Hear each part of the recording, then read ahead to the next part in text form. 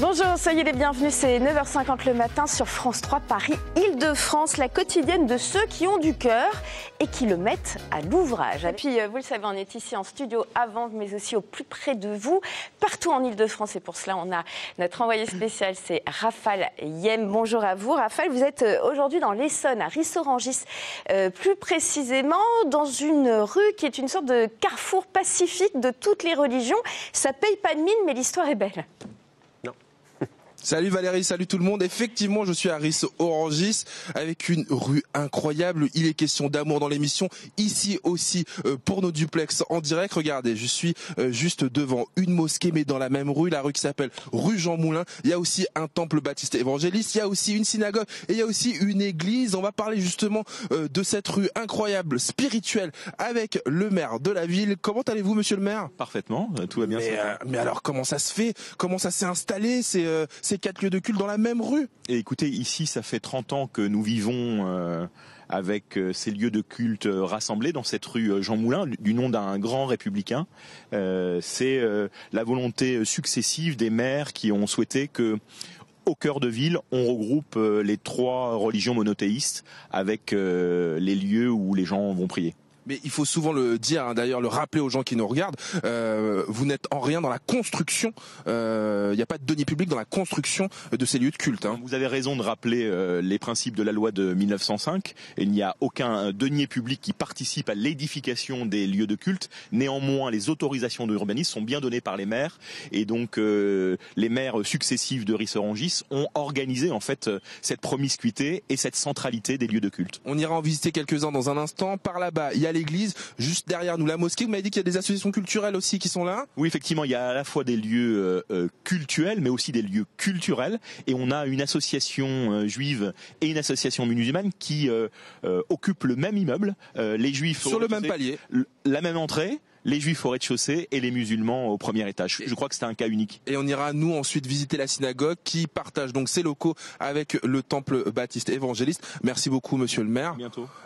À tout à l'heure, les amis. Merci beaucoup, ça va être passionnant une fois encore. À tout à l'heure. Une mosquée, une église, une synagogue, un temple dans une même rue. Ça se passe où? En Île-de-France, à Ris-Orangis.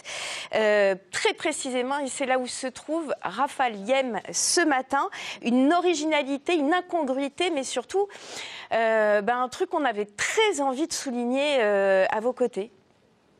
Un truc, non, et une rue. Je viens de tomber sur Touami Mohamed, qui est le président de l'association culturelle musulmane de Ris-Orangis. Comment ça va, Touami? Venez avec moi, on avance tranquillement ici.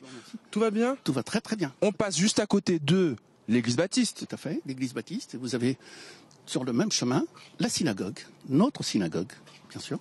Et ce dialogue interreligieux qui a été à l'initiative un petit peu de tout le monde, c'est-à-dire de tous les, aussi bien les protestants, les chrétiens et les musulmans, et notamment nos voisins juifs, nous avons créé aujourd'hui un rapprochement, et ce n'est pas dénué de sens. Nous avons pris l'engagement dans la rue Jean Moulin que les communautés doivent discuter, doivent se rapprocher avec Avec de l'amour, de la compréhension, de l'empathie. De l'empathie, de l'amour, bien évidemment, et surtout, la tolérance. Tolérer l'autre. Tolérer l'autre, ce n'est pas quelque chose d'évident, mais on a trouvé un moyen aujourd'hui de nous tolérer, donc de nous rapprocher, donc de discuter, donc de nous aimer. Eh ben regardez, qui nous attend? Monsieur le rabbin, qui est juste ici, devant sa synagogue. Donc j'avance ici tranquillement. On peut le montrer, Laurent Billot, qui m'accompagne chaque matin. Juste en face, l'entrée aussi du temple baptiste. C'est quand même incroyable ce qui se passe ici. Regardez, on arrive avec monsieur Mohamed, monsieur le rabbin. Comment ça va? Vous allez bien, ça va? Ah bah ouais, on a les 2 frérots là, ça y est, ils nous calculent plus, ils veulent plus nous parler. On peut rentrer? On dirait une scène de film, Rafale, c'est fou. T'as vu, c'est assez dingue. Heureusement que ça c'est filmé pour 9h50 le matin. On est très content de le vivre avec vous évidemment en direct. Et là, on entre dans votre synagogue. Et Monsieur Mohamed nous disait, c'est notre synagogue. C'est merveilleux, comme je dis, c'est ma mosquée, pas loin d'ici. Donc, on n'est plus que des voisins, on est des frères. On est dans une situation exceptionnelle de fraternité, de convivialité. C'est ce que j'appelle l'exceptionnalité rissoise. Exceptionnalité rissoise. On va mettre un label dessus. Depuis combien de temps vous cohabitez? Ce sera ma dernière question. D'accord. Bah, écoutez, il y a comment on appelle ça? Je dirais peut-être bien une quinzaine d'années, si ce n'est peut-être un peu plus. En 2004, l'inauguration de la mosquée rue Jean Moulin. Et la SINA, depuis quand? Depuis 68. Et on a aussi cette église baptiste qui est juste là, qui arrive en même temps que vous. Qui a été construite en même temps que la synagogue par le même architecte et la même entreprise. On voit les couleurs, les matériaux et même le regard de l'architecte sur les relations de juifs et chrétiens. Il faut voir cela de l'extérieur. Ouais. C'est les leçons du Corbusier. Et puis on a l'église aussi au bout de la rue.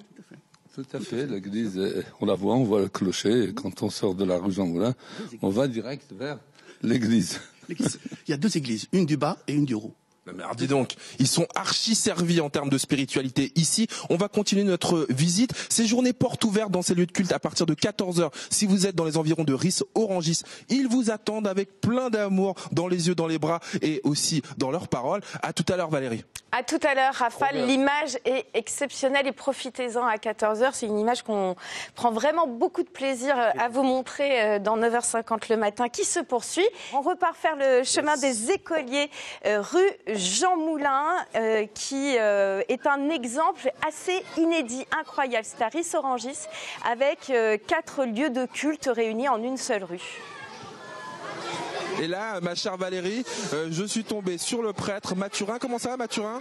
Ça va très bien, merci. Alors, j'ai posé la question tout à l'heure à toi, Ami, à Monsieur Sarfati. Vous vivez tout ensemble, toutes et tous ensemble. Vous êtes le responsable de l'église qui est un peu en haut de la rue, là. Oui, je suis le responsable de l'église catholique et l'église du Sacré-Cœur qui est à environ 100 à 150 mètres de la mosquée et de la synagogue. Mais c'est dingue, tout le monde vit en pleine harmonie. Oui, ça fait du bien de vivre ensemble parce que dans cette rue, nous travaillons pour le vivre ensemble. Parce que nous avons remarqué que quand on vit ensemble, cela participe au bonheur de toute la communauté. Et évidemment, Ris-Orangis exceptionnel. Ris-Orangis raconté dans un livre qui s'appelle Le miel de la rue Jean Moulin, signé Rémi Courgeon. On va le voir dans quelques instants. Vous avez forcément un des bouquins de Rémi Courgeon, auteur pour jeunesse archi connu dans votre bibliothèque si vous avez des kids. Et lui-même, d'ailleurs, c'est une des stars de ce livre. Regardez, Mathurin, il est là. Il est dans le bouquin, Mathurin. C'est toi, Mathurin? Oui, c'est moi le prêtre. Voilà, je suis là. Je suis au cœur de cette ville. Je suis dans cette rue et puis je participe un peu à cette cohésion et je travaille ensemble avec les musulmans. Avec les autres, ouais, effectivement. On va passer la parole à Rémi qui est là, qui s'est levé. Rémi Courgeon. Comment ça va, Rémi? Bien, très bien. Bah alors, ce livre, il est dingue. C'est quoi le point de départ de cette histoire? Point de départ, c'est un quartier. C'est un quartier à Ris-Orangis où il y a une synagogue, une église, un temple et une mosquée. Et Est-ce que toi-même t'es de Ris-Orangis? Pas du tout, mais par mon ami Simon, il m'a dit, tu sais, il y a un quartier incroyable où je vais souvent et il faut vraiment que tu viennes voir, c'est étonnant. Donc j'ai rencontré à la fois ce quartier, à la fois les religieux, les gens du coin, et je me suis dit, il y a vraiment une histoire à faire. Et c'est dingue parce que il y a une histoire à faire, mais c'est pas une histoire religieuse, hein, ce que tu racontes dans ce livre. Le personnage principal, c'est une petite abeille qui se balade dans la rue. Oui, j'ai pris le parti de prendre un personnage candide, une abeille qui fait son boulot d'abeille, qui est la meilleure ouvrière possible et qui essaie de faire son job. Et à la fois, c'est comme un petit drone qui me permet de visiter tout le quartier. Et voilà. Et en plus de ça, l'abeille butine et pollinise les fleurs de toutes les confessions, même les fleurs athées. Et aussi, je me suis aperçu que l'abeille était au cœur de tous les textes bibliques. Voilà. C'est une jolie histoire en tout cas, on en reparle dans quelques instants. Aujourd'hui c'est jour de signature, c'est pour ça que vous entendez les enfants. On va aller nous aussi se faire signer un bouquin avec les enfants. À tout à l'heure. À tout à l'heure, merci beaucoup Rafale. Rue Jean Moulin à Ris-Orangis, c'est une rue dans laquelle se trouvent 4 lieux de culte différents. Une mosquée, une synagogue, un temple et une église. Une entreprise absolument folle que vous nous avez fait découvrir, Rafale, et visiblement vous avez recruté une chorale de gilets jaunes. Exactement, on n'est pas sur un point de blocage, hein, tout au contraire. Hein, non, ce sont les enfants des centres de loisirs qui sont là, parce que je vous dis, c'est jour de signature de ce livre aujourd'hui, Le miel de la rue Jean Moulin, qui permet d'ailleurs la sortie de ce livre de faire porte ouverte sur les lieux de culte aujourd'hui de la rue Jean Moulin à partir de 14h si vous êtes dans le coin de Ris-Orangis. Et là, j'ai Jiwan qui est là, j'ai Ruben, Mariam et aussi Cameron. Qui peut me raconter le livre pour terminer? Donnez-moi envie d'acheter le livre.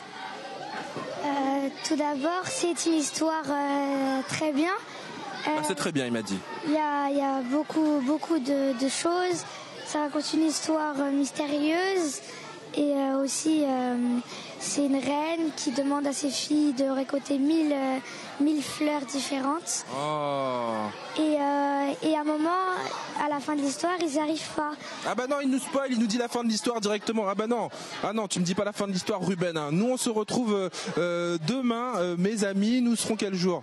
Ah, ce sera le salon du cheval à Villepinte. Hein. Merci les copains. Hein. Salut tout le monde.